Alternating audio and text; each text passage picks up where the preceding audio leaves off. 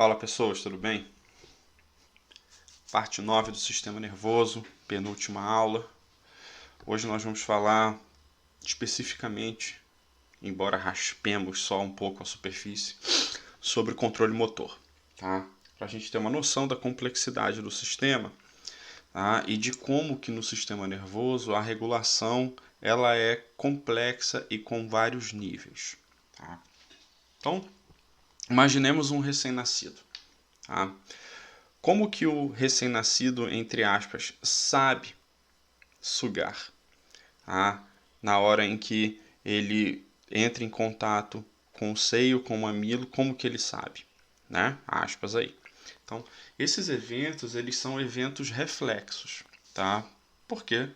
Por ser umas primeiras experiências, elas não representam aprendizagem, tá? Elas não são previamente aprendidos, mas após o primeiro ato e a consequência resultante, o sujeito aprende que se ele sugar dali, fizer o que ele está fazendo, ele vai conseguir alimento.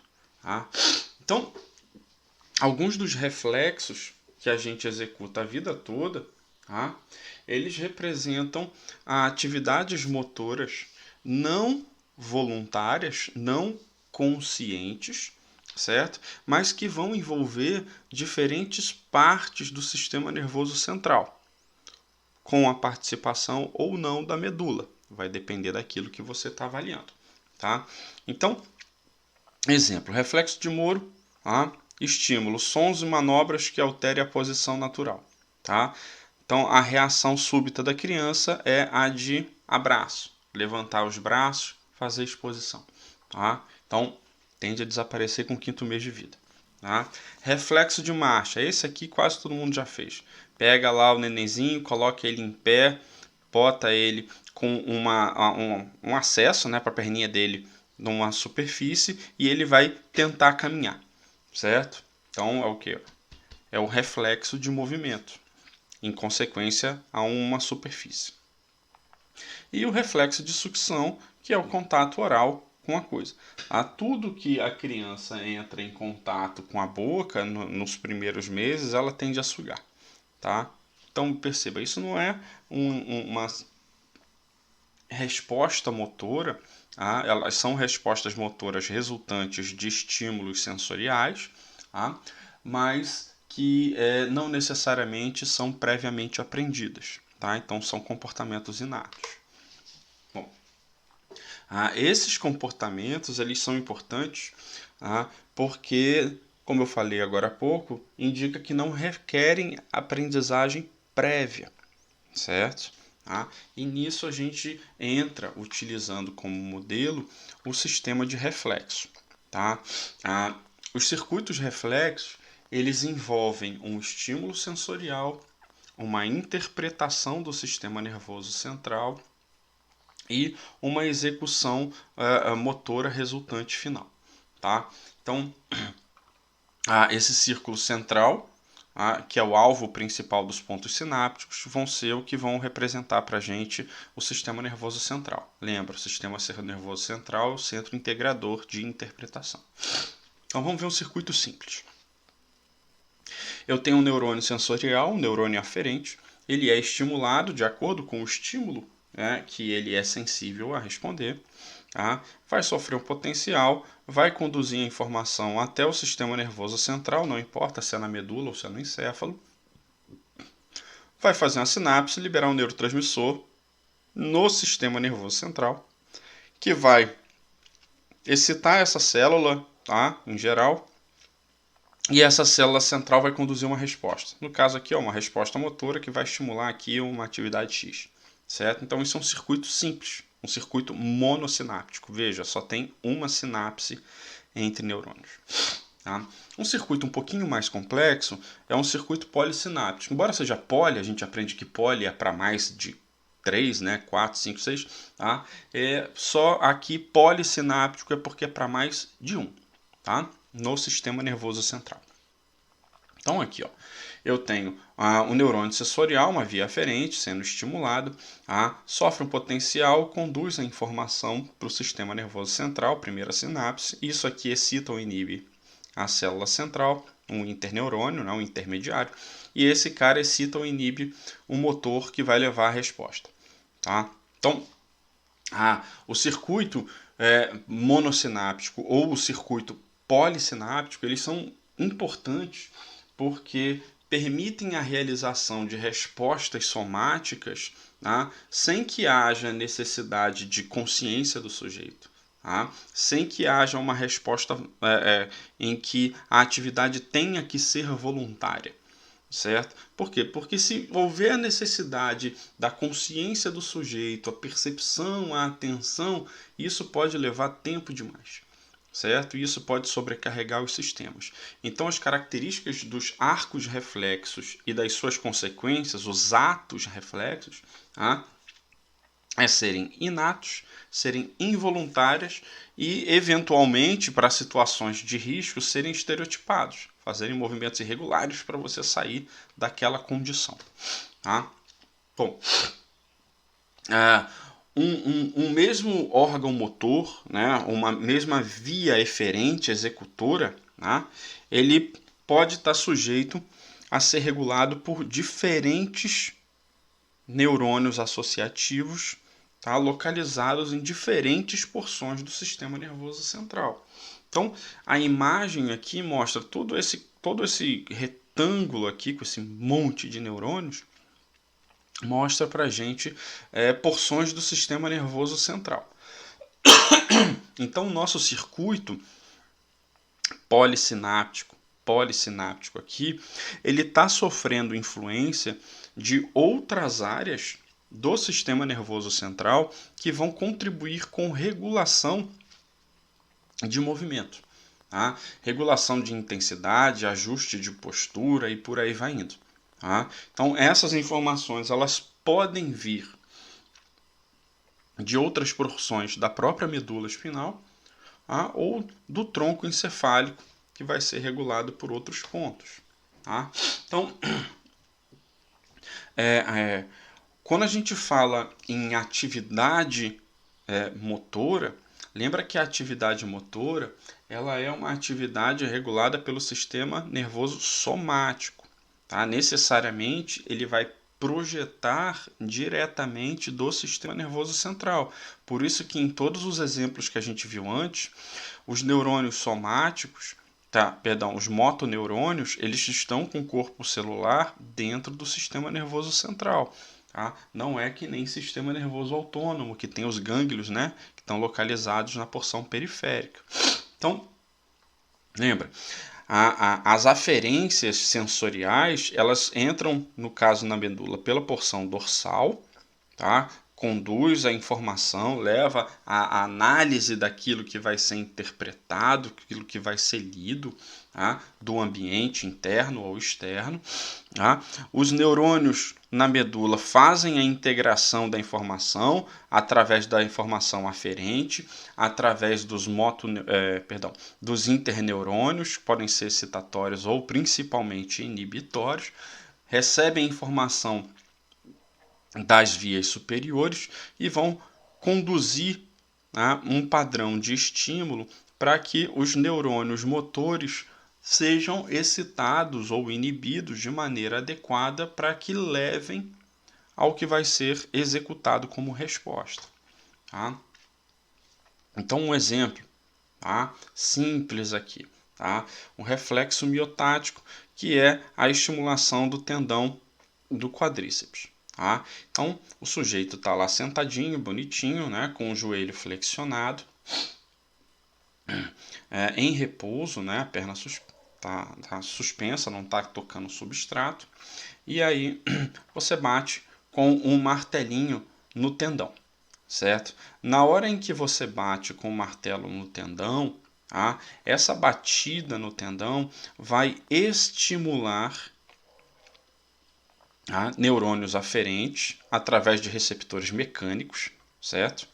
Isso vai excitar essa via sensorial que vai levar a informação até a medula espinhal.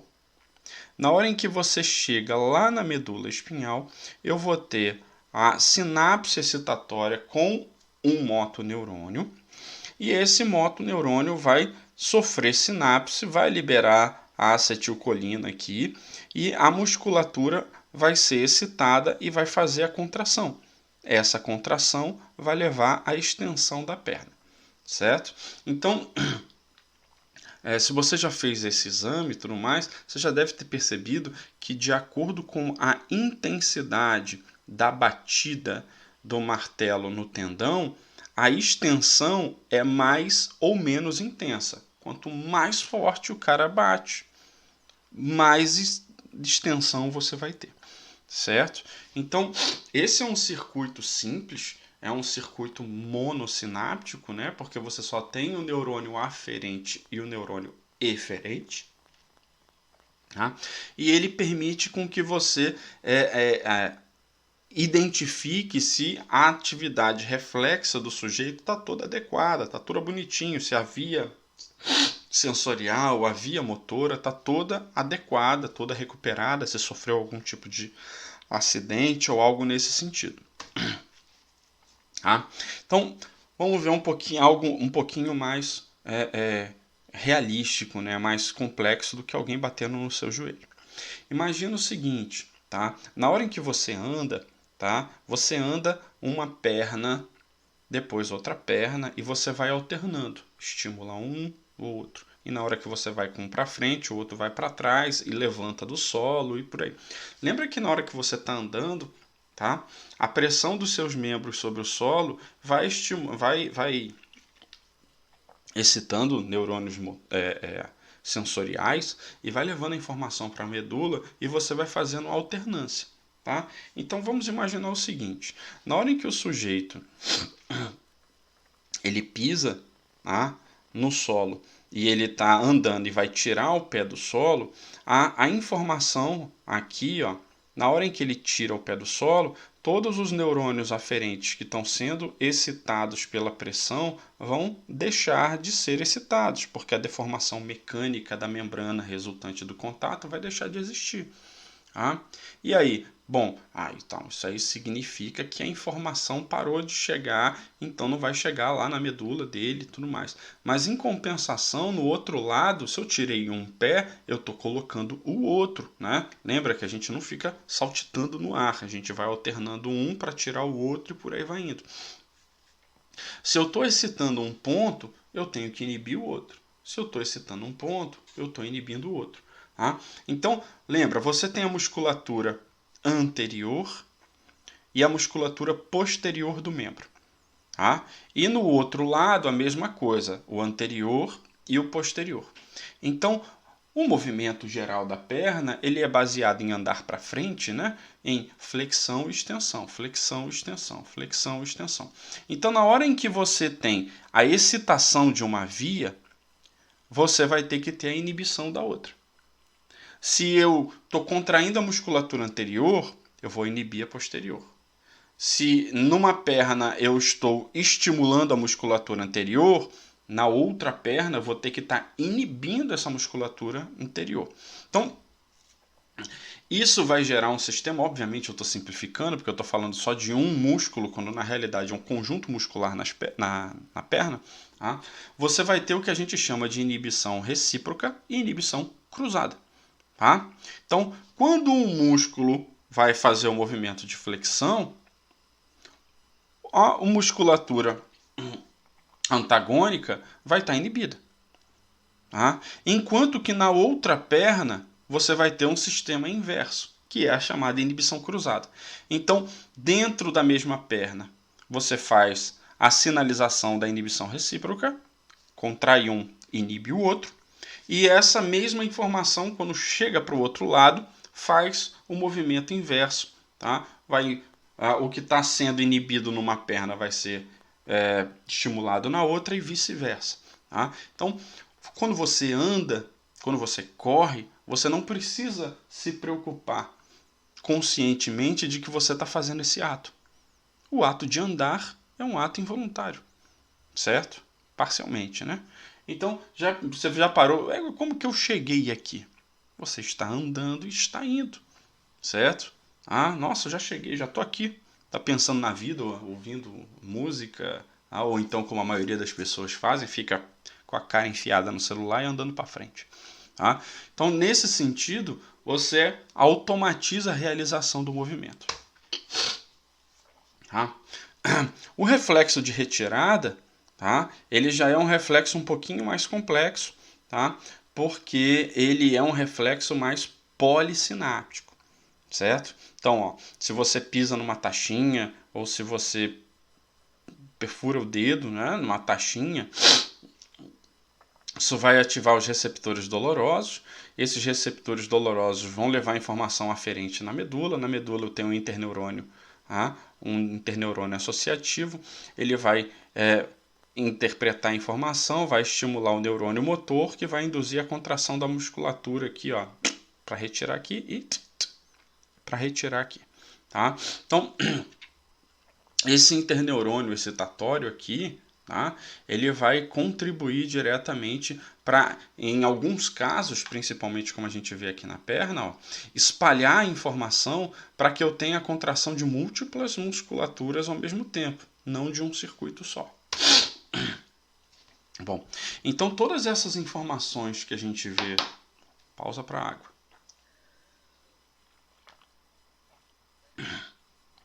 Todas essas informações que a gente vê com a participação da medula, elas são ações plenamente inconscientes.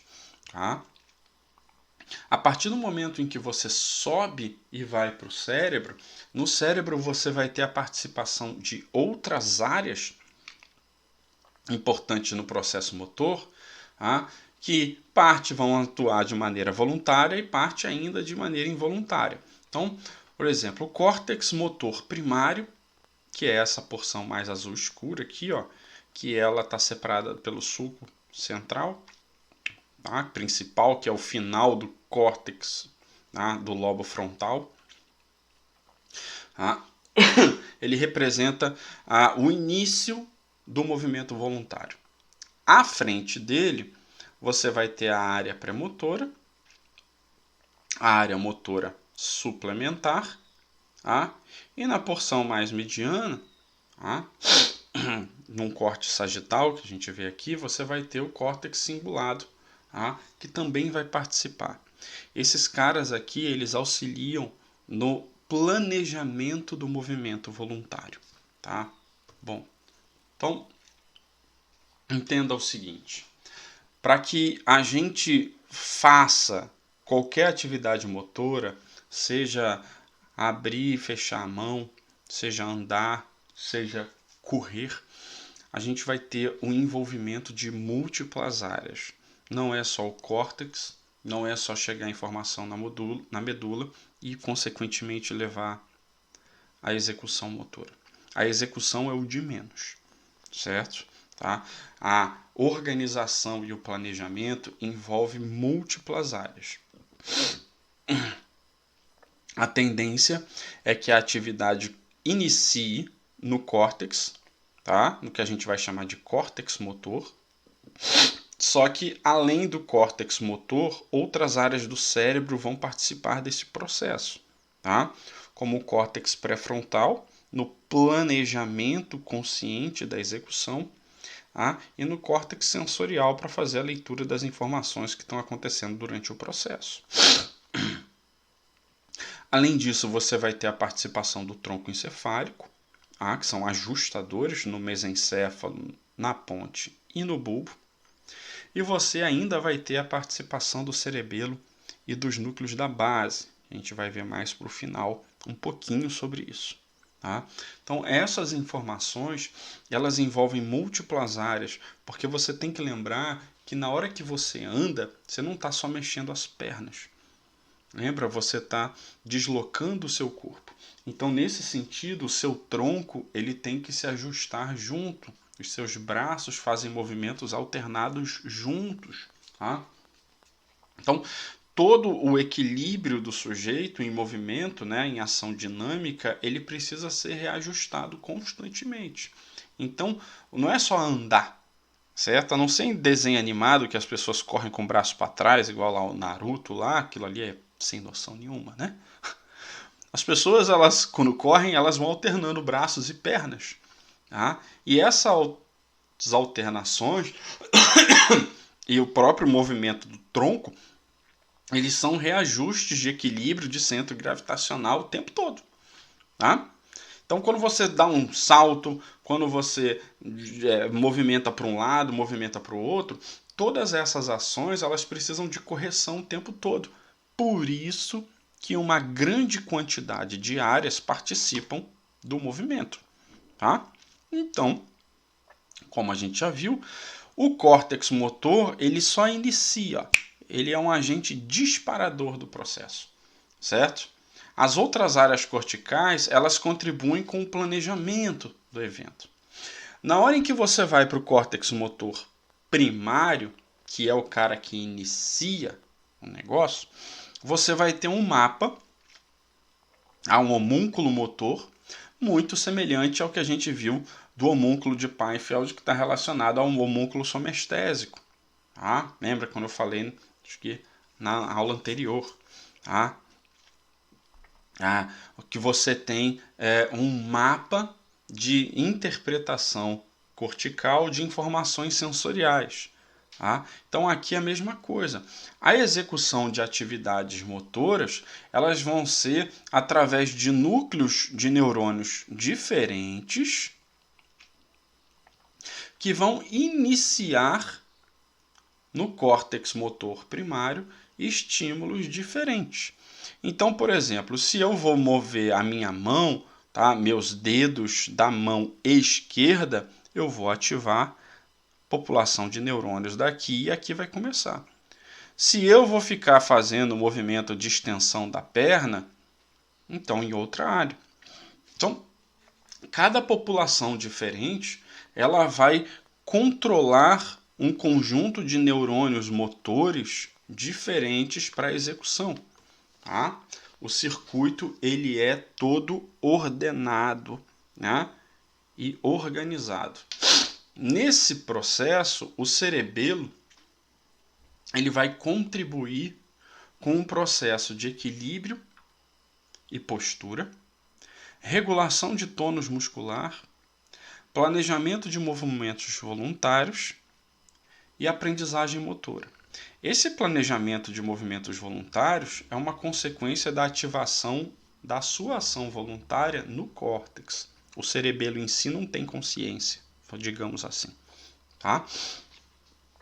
E a aprendizagem motora, ela envolve a participação do circuito. Tá? O cerebelo ele vai contribuir com o refinamento. Então, como eu falei agora há pouco, na hora em que você anda, suas pernas alternam, seus braços alternam, seu tronco alterna, você precisa de um equilíbrio, você precisa de controle de tônus muscular, você precisa de ajuste postural. E tudo isso vai ter uma participação muito intensa do cerebelo no ajuste. Tá? O cerebelo ele é tão importante, tá, que algumas lesões no cerebelo comprometem claramente a regulação de tônus do sujeito. Tá? Seja um tônus mais refinado ou o próprio tônus postural de manter-se ereto de maneira equilibrada. Tá? O cerebelo, pequeno cérebro, ele vai ser dividido muito grosseiramente em 3 porções. Certo? Então você vai ter na porção mais medial dele, tá? A porção espinocerebelar. Tá? Na porção mais lateral, você vai ter a porção cérebro-cerebelar. E na porção mais medial posterior, você vai ter a porção mais vestíbulo-cerebelar. Tá?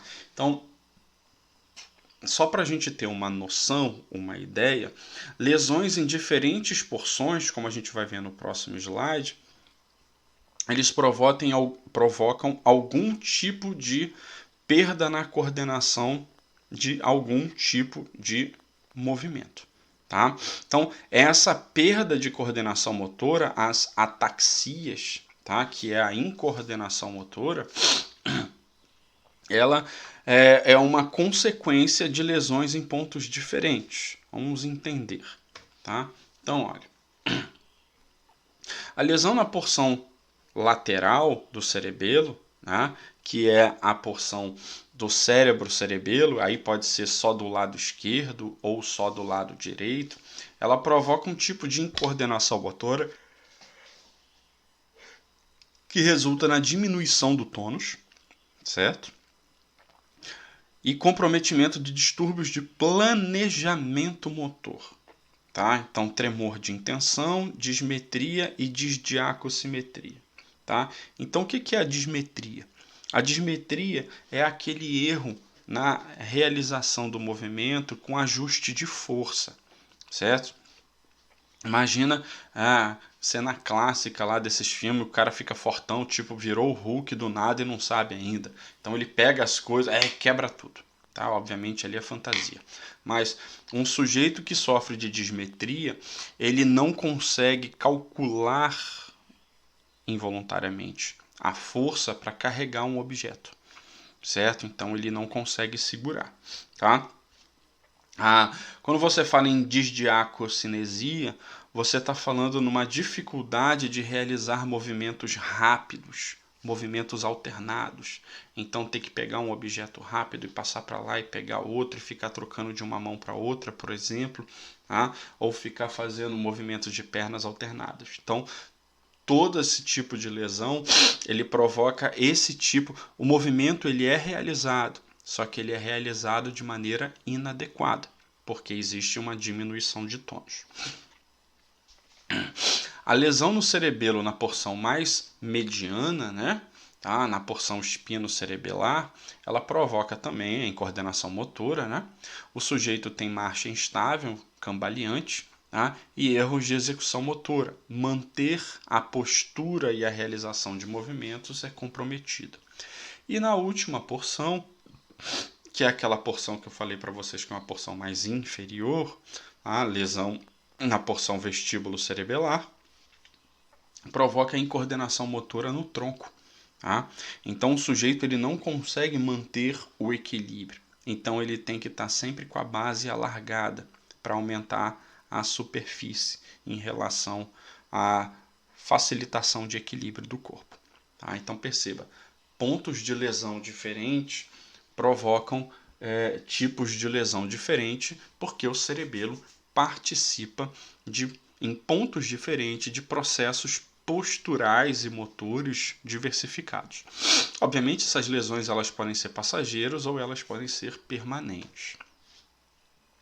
E os núcleos da base, eles são outra área encefálica, né, no cérebro do sujeito, que vão contribuir involuntariamente com a regulação da atividade.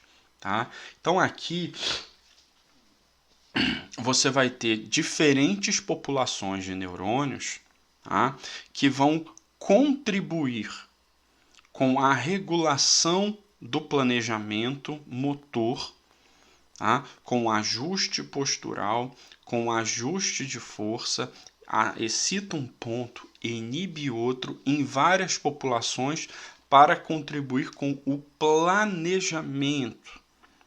Planejamento esse que está sendo realizado pelo córtex.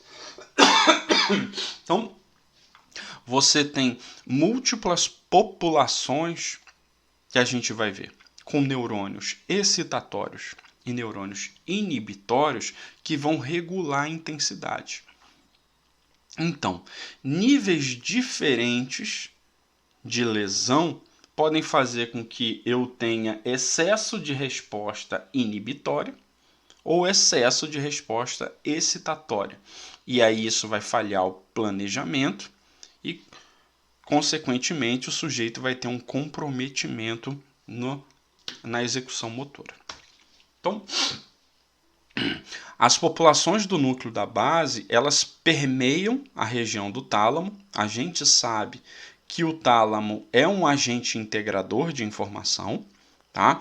Então a informação cortical do córtex motor, ela vai para o tálamo, tá? E o tálamo ele vai distribuir, vai envolver cerebelo, vai envolver o tronco, vai descer pela medula, tá? E isso vai permitir com que haja execução. Se esses caras que contribuem com o agente de planejamento falham na circuitaria de distribuição de informação, a execução vai ficar totalmente comprometida. Então, vamos entender dois exemplos. Tá? Quando a gente fala em doença de Parkinson, a característica da doença de Parkinson em casos um pouquinho mais avançados, tá? É a dificuldade em regular a atividade motora de maneira que o sujeito tenha a chamada paralisia agitante. Tá? Então, eu tenho tremores de repouso, tá? Eu tenho hipocinesia, né? Movimentos reduzidos, tremores, a dificuldade, hipertonia, musculatura mais rija, tá? E isso vai estar acontecendo por causa da degeneração dos neurônios dopaminérgicos da substância negra dopaminérgica. Vamos ver já já. No outro lado, tá? A doença de Huntington, que é uma doença genética, tá? Ela ao invés de ter hipocinesia, ela tem a hipercinesia. Então o sujeito ele tem excesso de atividade motora executiva, tá? Então enquanto aqui é uma regulação inibitória, aqui é uma regulação excitatória. Tá? Então, aqui você vai ter degeneração dos neurônios GABAérgicos e colinérgicos do núcleo da base. Vamos ver aqui. Então, olha só. Na hora que você planeja a execução de um movimento, você vai ter a execução do disparo do córtex pré-frontal, né? Porque é uma ação consciente. Tá? E aí você vai começar nas áreas de planejamento motor. Tá? Então, ó, atividade excitatória, Tá? Oh, perdão, aqui a informação está chegando no planejamento, desculpa. Tá? Então, aqui, ó, excita. Tá? Aí eu vou ter, dentro dos núcleos da base, a ativação de diferentes populações, com vias excitatórias e vias inibitórias.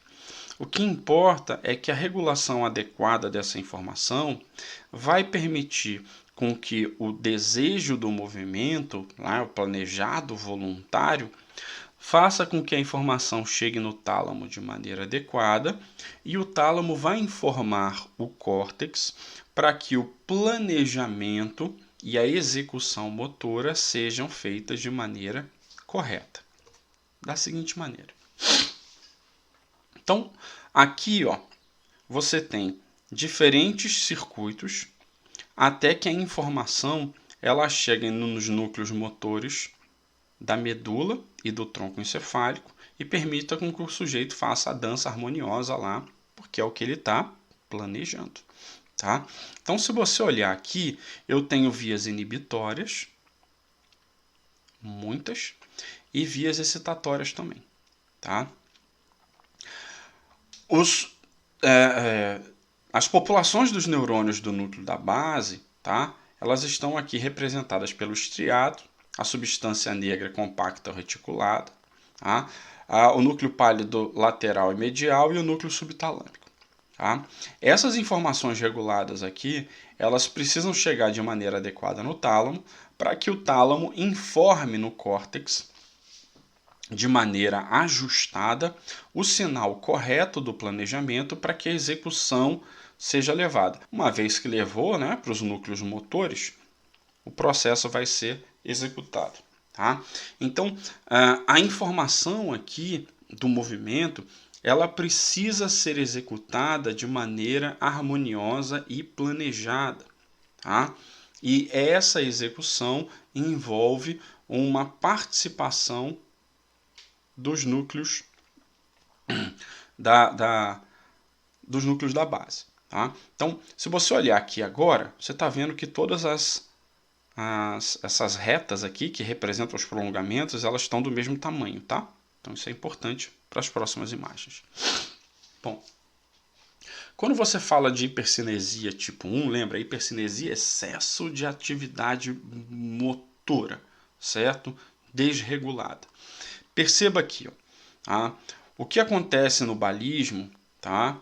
que é o primeiro tipo de hipercinesia que a gente tem, é que o sujeito ele tenha uma lesão no núcleo subtalâmico dos núcleos da base.